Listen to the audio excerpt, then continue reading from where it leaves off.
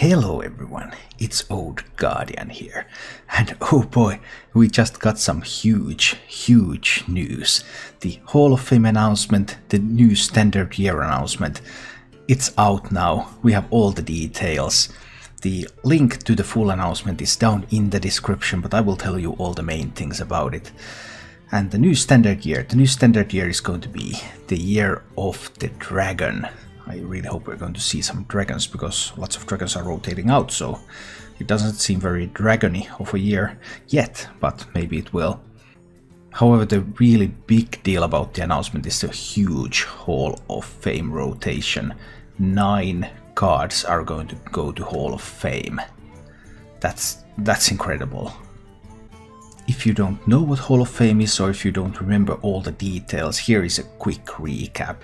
So, Hall of Fame is when cards move to a Hall of Fame set, which is only available in Wild. So the cards themselves are not gone, they are gone from Standard format, but they're still available in Wild and in most of the Tavern Brawls. And when a card is moved to the Hall of Fame set, you get a dust refund for the full value of the card. So, let's say a legendary card moves to Hall of Fame, that's 1600 dust for you for a regular version. And you also get to keep the card itself.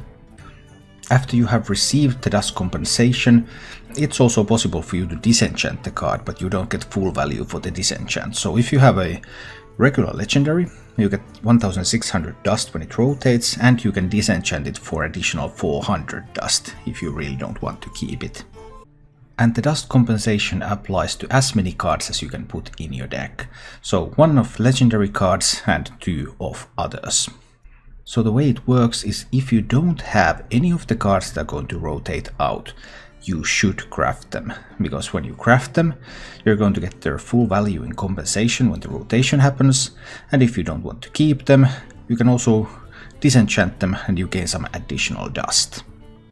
However, because the compensation for owning the card is the full value, but the compensation for disenchanting is regular compensation, that means that if you already have the regular version of the card, you don't benefit from crafting it in golden. Because you already get the compensation from having it in regular version, crafting it to golden just means that you're shifting dust around, but you're not making a profit. Unless of course you want to keep that golden version, then it's the cheapest way to get to do that. But then the cards themselves. From Classic Set, Naturalize, Doom God and Divine Favor are going to the Hall of Fame. I didn't really see these coming, I don't think any of these cards are particularly powerful, but of course they are good cards. And it is a little concerning that the Classic Set is being called of good cards, but anyway, that's how it goes. Naturalize leaving, of course, means that Druid is going to lack heart removal again.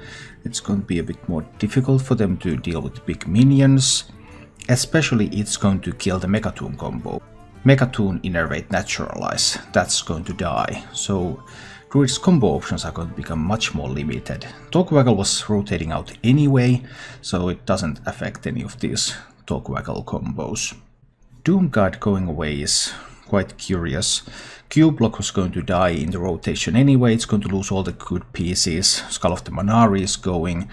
So Doom God was then going to be part of maybe some Zoo decks, but currently most Zoo decks use Leroy Jenkins anyway, so they don't really care. And then it would have been part of some kind of discard mechanic decks, but Doom God was the best discard card by far, and discard already wasn't that powerful. And now you don't have the Doom God and Soul Warden combination anymore even, so discard Warlock just looks abysmal right now. But it didn't look too promising anyway. Divine Favor going away is going to limit the power of aggro paladins. But a bunch of aggro paladins were going to die anyway. Murloc Paladin was losing so many Murlocs, it doesn't have anything left. So yeah, it does limit some options that Paladin has, especially in teching against control and combo archetypes. But it's unlikely to be a huge deal. However, the next 2 cards are going to be a huge deal. Baku, the Moon Eater, Genn, Greymane. 2 legendary cards from the Witchwood expansion released in 2018. They were supposed to rotate out of standard in 2020. They are being moved to Hall of Fame. Which is kind of good for you if you own these cards, because if they rotate out of standard you don't get anything. Okay, you can disenchant the cards if you don't want to play with them in wild, but when they're being moved to Hall of Fame, you're going to get enough dust to craft 2 new legendary cards from these babies. So that's a big deal. And of course the effect on the meta is going to be immense. There were tons and tons of odd and even decks that looked like they might be even better after the rotation than they were before, because the hero power is so powerful.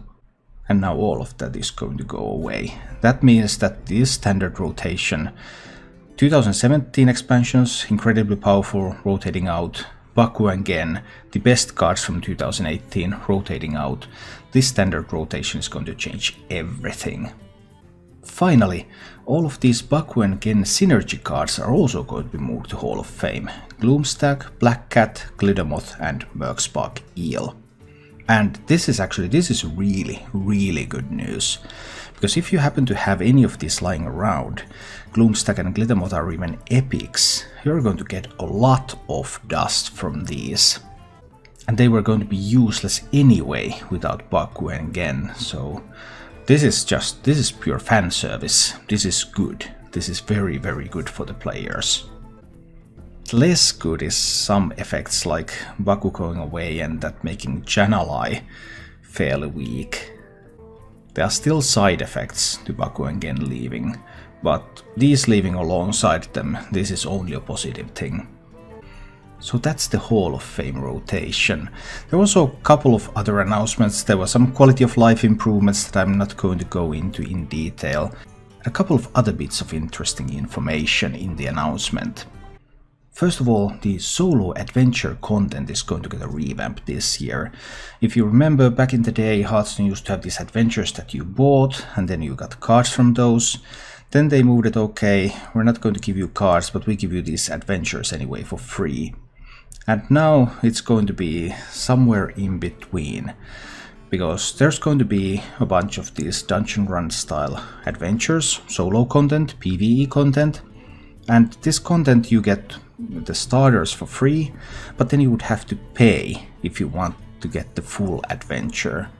But if you pay for the full adventure, the price for this first one is going to be 20 bucks.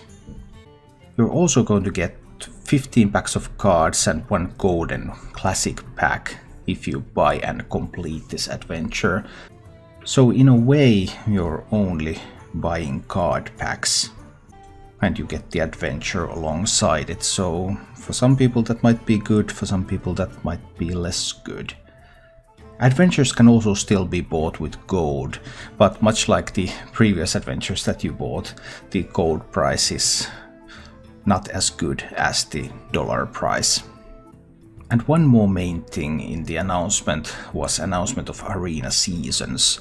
So in the future, twice for each expansion, the arena is going to have rotating sets. So they will pick some old sets and form a whole from those for your arena experience.